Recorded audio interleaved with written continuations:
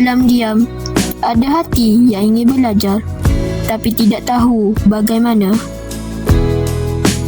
Di sini, langkah kecil bermula dengan satu pencarian. Sebuah buku membuka 1000 jendela dunia.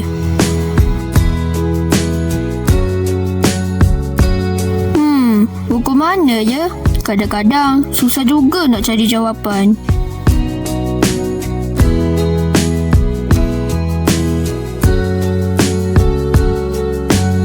Ilmu bukan sekadar di mata, tetapi tersimpan di dalam hati.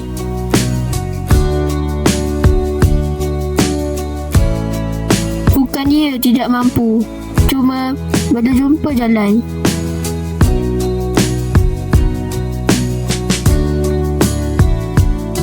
Kenapa susah sangat? Saya dah cuba berkali-kali, tapi tak dapat faham. Sehingga satu langkah membawa dia ke tempat yang mengubah segalanya.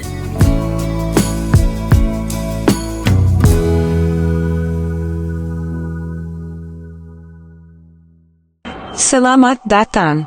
Saya di sini untuk membantu anda belajar. Betul ke? Saya boleh faham? Kita cuba bersama. Di sinilah ilmu tidak lagi statik, tetapi hidup, interaktif dan tanpa batas.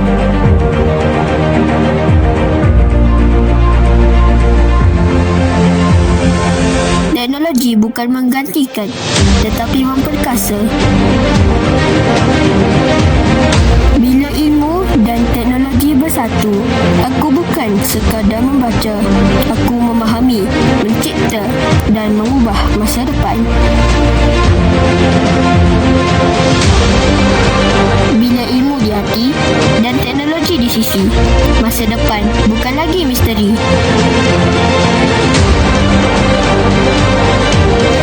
Dan dengan teknologi, aku lebih bersedia untuk masa depan.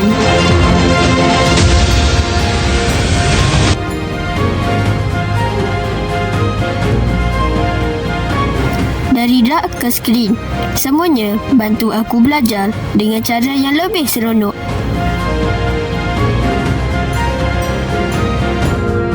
Tak kira di mana, tak kira bila, ilmu sentiasa dekat di hati. Ilmu di hati, teknologi memperkasa generasi.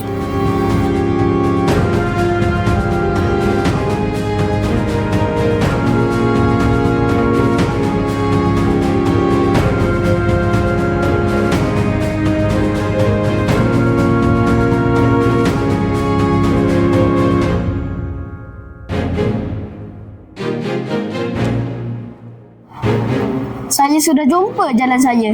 Anda?